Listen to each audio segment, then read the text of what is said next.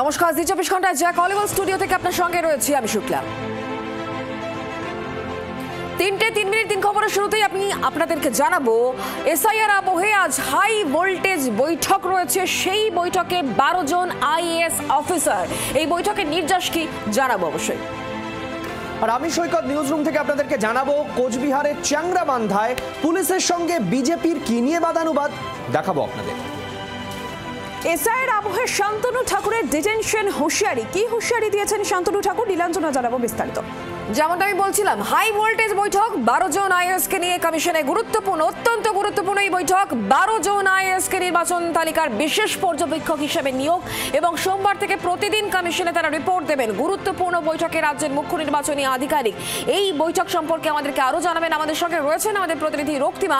রক্তিমা, কি খবর পাওয়া যাচ্ছে এই বিষয়ে এখনো পর্যন্ত? এই বৈঠক কি শেষ হয়েছে?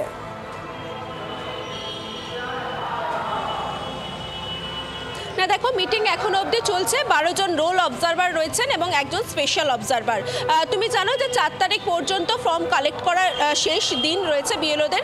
সেই জায়গা থেকে দেখো যে সমস্ত ফর্ম তারা কালেক্ট করবেন সেই ফর্মগুলি কিন্তু যাচাই করবেন এই রোল অবজারভাররা এবং তারপর তারা রিপোর্ট দেবেন স্পেশাল অবজারভার এবং নির্বাচন কমিশনকে। সেই জায়গা থেকে দেখো একেবারে এই যে ফর্মগুলো কালেক্ট করা হচ্ছে সেখানে কতগুলি বৈধ ফর্ম রয়েছে, অর্থাৎ বৈধ ভোটার রয়েছে, মৃত কোনো ব্যক্তির নাম সেখানে ফিল আপ করা হয়েছে কিনা, অথবা যে শিফট হয়ে গেছে, এক জায়গায় ছিল এখন অন্য জায়গায় রয়েছে, তাদের নাম নতুন করে শিফট করা এই ফর্মে রয়েছে কিনা, এই সমস্ত কিছু কিন্তু তারা খতিয়ে দেখবেন। এছাড়া দেখো তুমি জানো যে যখন থেকে এসআইআর প্রক্রিয়া চলছিল তো অনেক কিন্তু অভিযোগ উঠেছে বিএলওদের বিরুদ্ধেও।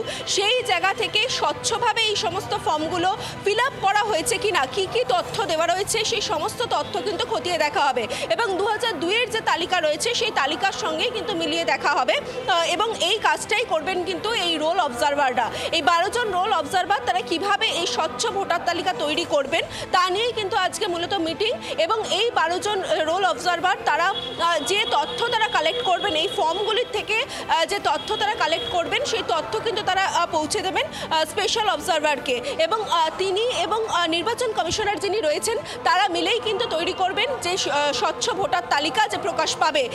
সেই জায়গা থেকে দেখো আজকের বৈঠক কিন্তু যথেষ্ট গুরুত্বপূর্ণ। কিভাবে তারা এই কাজটা করবেন গোটা প্রসেসটা নিয়েই কিন্তু আজকে বৈঠক এখনো পর্যন্ত চলছে এবং এই বৈঠকের ওপরেই কিন্তু অনেকটা নির্ভর করছে যে আগামী দিন নির্বাচন কমিশন স্বচ্ছ ভোটার তালিকা প্রকাশ করতে পারে কিনা।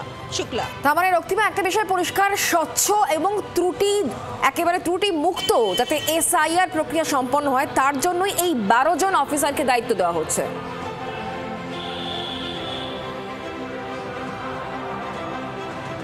দেখো একদমই এটা কিন্তু একেবারেই স্পষ্ট, কারণ তুমি জানো যে এসআইআর প্রক্রিয়া শুরু হওয়ার পর থেকে কিন্তু অনেক অভিযোগ উঠছিল। সাধারণ মানুষরা যেমন অভিযোগ তুলছিলেন, বিভিন্ন রাজনৈতিক ব্যক্তিত্ব তারাও কিন্তু অভিযোগ তুলছিলেন এবং কোথাও বিএলওদের কাজের ওপর কিন্তু একটা প্রশ্ন তুলে দেওয়া হচ্ছিল, কারণ তারা যেহেতু সরকারি কর্মী তারা যে সমস্ত তথ্য দিচ্ছেন সেই সমস্ত তথ্য লিক হয়ে যেতে পারে কিনা একাধিক কিন্তু প্রশ্ন উঠছিল সাধারণ মানুষের মনে এবং তারা যে তথ্য নিয়ে যাচ্ছেন সেই তথ্য তো তাদের সঙ্গে বিএলওরা রয়েছেন সেখানে তথ্য বিকৃতি হচ্ছে কিনা সেটারও কিন্তু একটা অভিযোগ উঠছিল। এই গোটা বিষয়টাই কিন্তু খতিয়ে দেখবেন এই 12 জন স্পেশাল অবজারভাররা। এই বৈঠকের শেষের পর কি বিষয় বেরিয়ে আসে রক্তিমা, আমাদের সেদিকে নজর থাকবে। ধন্যবাদ আমাদের সঙ্গে সরাসরি থাকার জন্য। দেয়নি।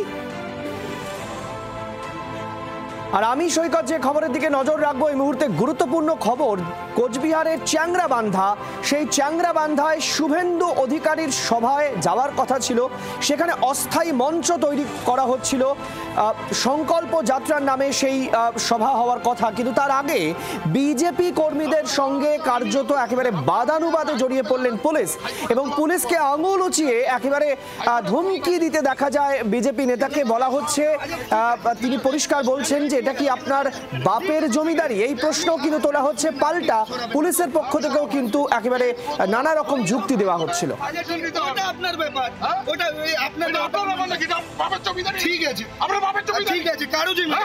জমিদারি কারো নাই, আপনি মিটিং করতে দিবেন না?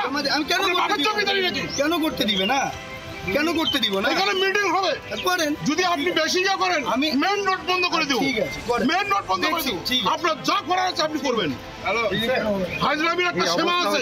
बोल रहा है सर पीछे से ट्रैफिक फ्लो करेगा सर उस साइड আমরা তো से बात कर रहा हूँ बोला ट्रक यहीं पे অ্যাসোসিয়েশনের সঙ্গে আমরা কথা বলেছি, আমরা এক্সপোর্ট ইম্পোর্টের সঙ্গে কথা বলেছি, এখানে কোনো প্রবলেম নেই।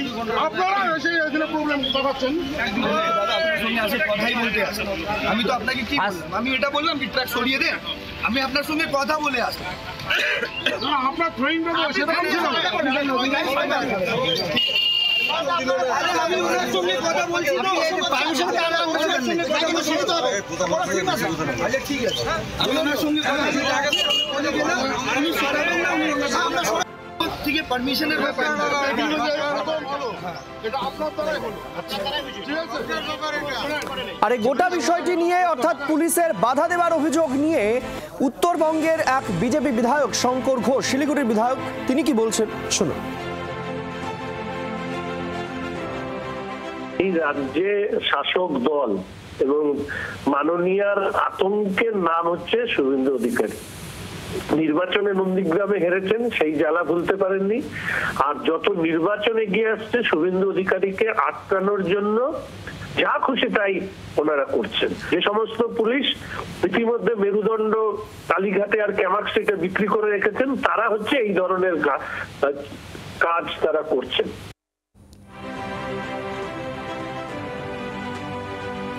শুক্লা সৈকত, রাজ্যে যে ভোট আসছে বোঝাই যাচ্ছে, তার মধ্যে যখন এসআইআর চলছে, কমিশনের গুরুত্বপূর্ণ বৈঠক, তার মধ্যে চ্যাংরাবান্ধার যে ছবি আমরা দেখলাম মঞ্চ বাধা নিয়ে পুলিশের সঙ্গে বিজেপি নেতাদের উত্তপ্ত বাদানুবাদ, আর এর মধ্যেই শান্তনু ঠাকুর তিনি আবার ডিটেনশন হুঁশিয়ারি দিচ্ছেন। ধরপাকড় মানে ডিটেনশন, মুখ্যমন্ত্রী বাঁচাতে পারবেন না, চিৎকার চেঁচামেচি করে কোনো লাভ হয়নি, ভোট হলেই বুঝবেন আপনাদের কোথায় ঠাঁই হয়। এই হুঁশিয়ারি এবার দিচ্ছেন শান্তনু ঠাকুর।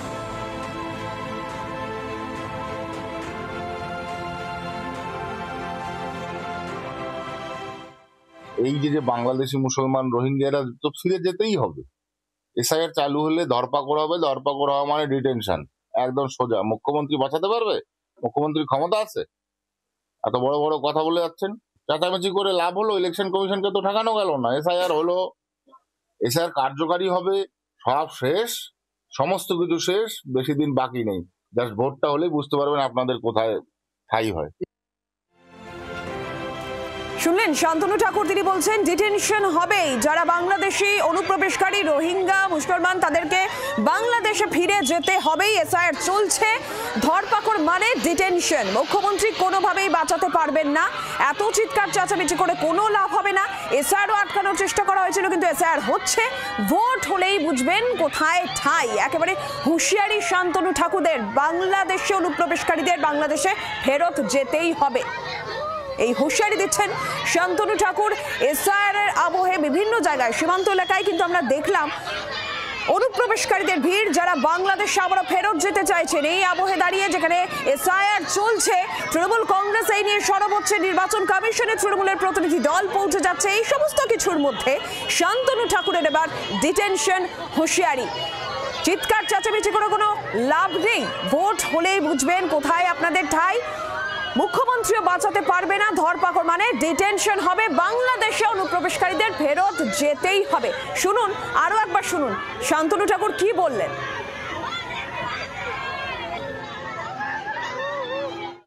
এই যে বাংলাদেশি মুসলমান রোহিঙ্গারা তো ফিরে যেতেই হবে। এসআইআর চালু হলে ধরপাকড় হবে, ধরপাকড় হওয়া মানে ডিটেনশন, একদম সোজা। মুখ্যমন্ত্রী বাঁচাতে পারবে? মুখ্যমন্ত্রীর ক্ষমতা আছে? এত বড়।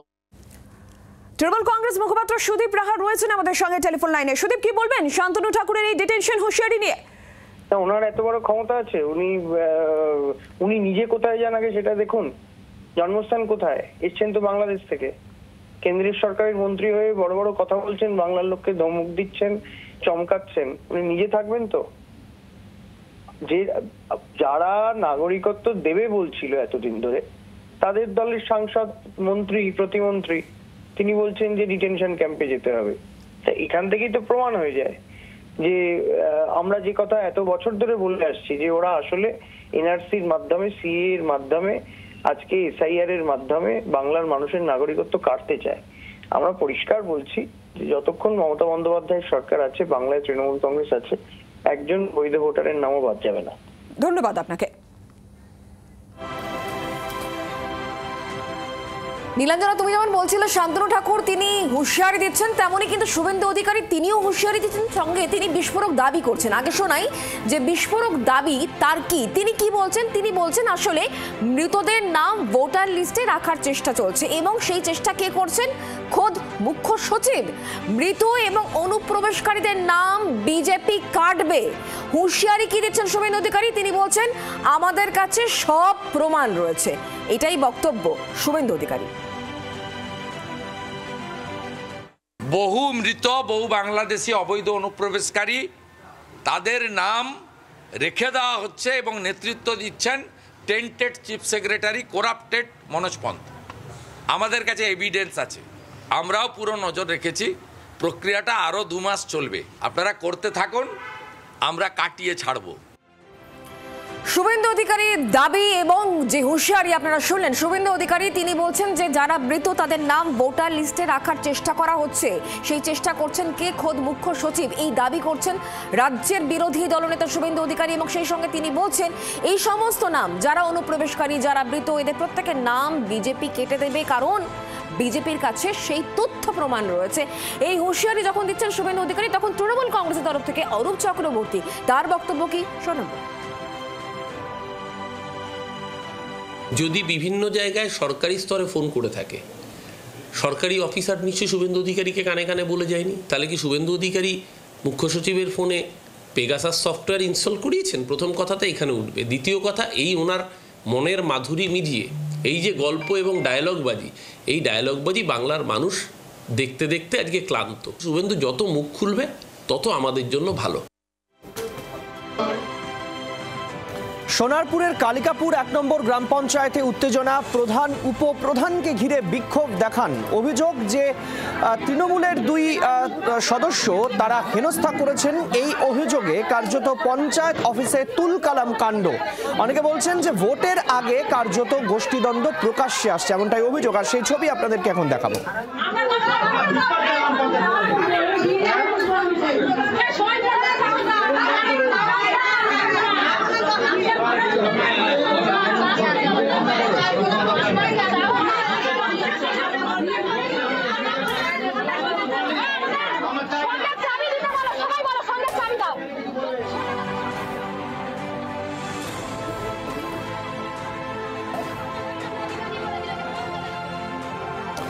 অভিযোগ পাল্টা অভিযোগ রয়েছে, কি বলা হচ্ছে আপনাদেরকে শোনাবো।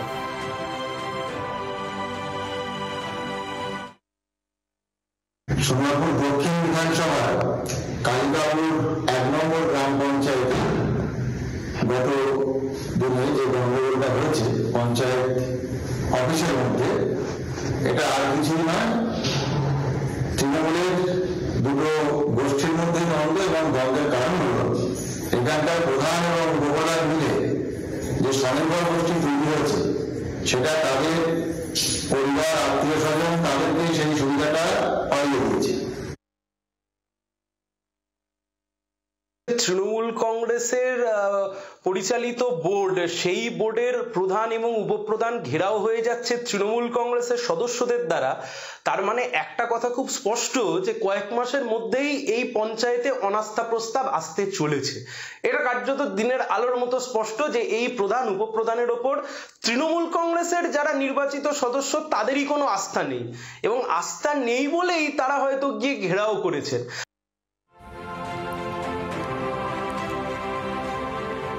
সৈকত, সোনারপুরে যেখানে শাসক দলের অন্তরের কাজিয়া, পদ্ম শিবিরেও কিন্তু বিশৃঙ্খলার ছবি একেবারে রাজ্য সভাপতির সামনে সিঙ্গুরে। সেখানে বিজেপির সাংগঠনিক বৈঠকে চরম বিশৃঙ্খলার ছবি সামনে আসলো।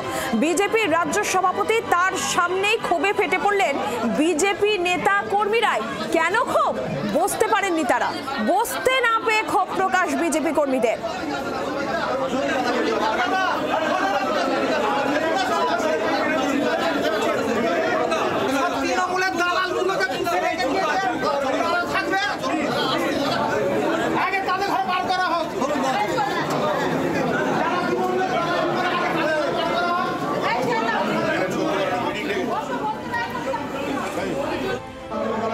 বিধান সরকার রয়েছেন প্রতিনিধি আমাদের সঙ্গে টেলিফোন লাইনে।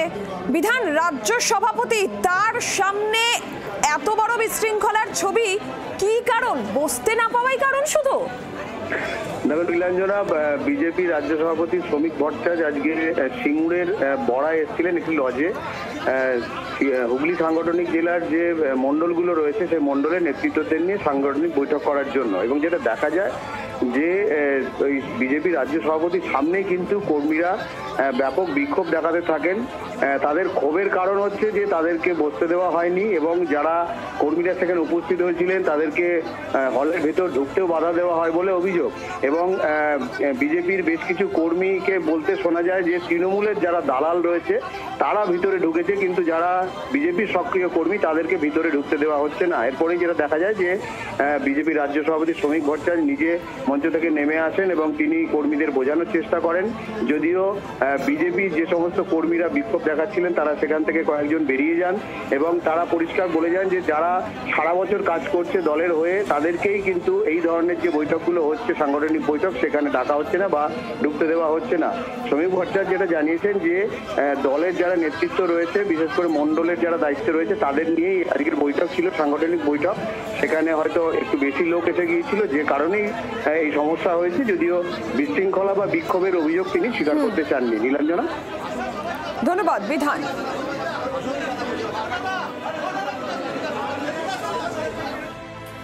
আর এবার কোচবিহারের দিকে নজর রাখতে হচ্ছে, কারণ সেখানে শুরু হয়েছে বাংলা বাঁচাও যাত্রা। তুফানগঞ্জ থেকে শুরু হয়েছে মিছিল, আপনাদেরকে সেই ছবি দেখাবো। কারণ বাংলা বাঁচাও যাত্রা, সিপিএম এর সেই মিছিল এই মুহূর্তে দেখতে পাচ্ছেন।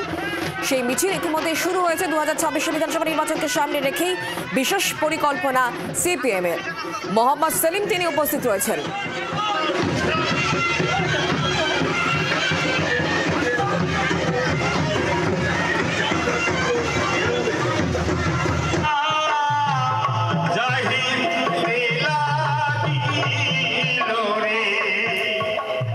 দেবজ্যোতি কাহালি এই মুহূর্তে আমাদের সঙ্গে রয়েছেন, আমাদের প্রতিনিধি টেলিফোনের। দেবজ্যোতি, আমরা দেখতে পাচ্ছি সিপিএম এর রাজ্য সম্পাদক মোহাম্মদ সেলিমের নেতৃত্বে এই বাংলা বাঁচাও যাত্রা ইতিমধ্যেই শুরু হয়েছে।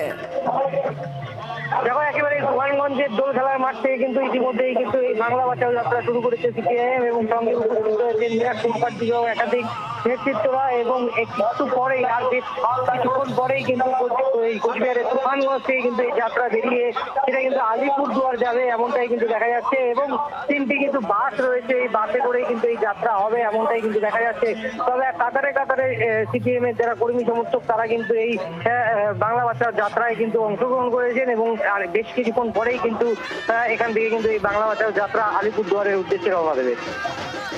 সেই ছবি এই মুহূর্তে আমরা দেখাচ্ছি। এই মুহূর্তে যে ছবি দেখতে পাচ্ছেন, কোচবিহারে শুরু হয়েছে বাংলা বাঁচাও যাত্রা। এটা আলিপুরদুয়ার পর্যন্ত যাবে।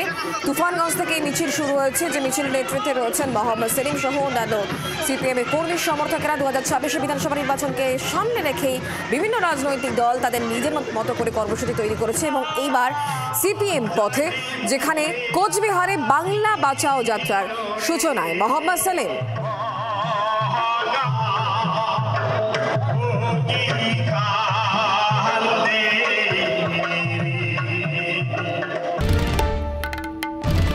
বাংলার আওয়াজ, বাঙালির আবেগ, জি 24 ঘন্টা।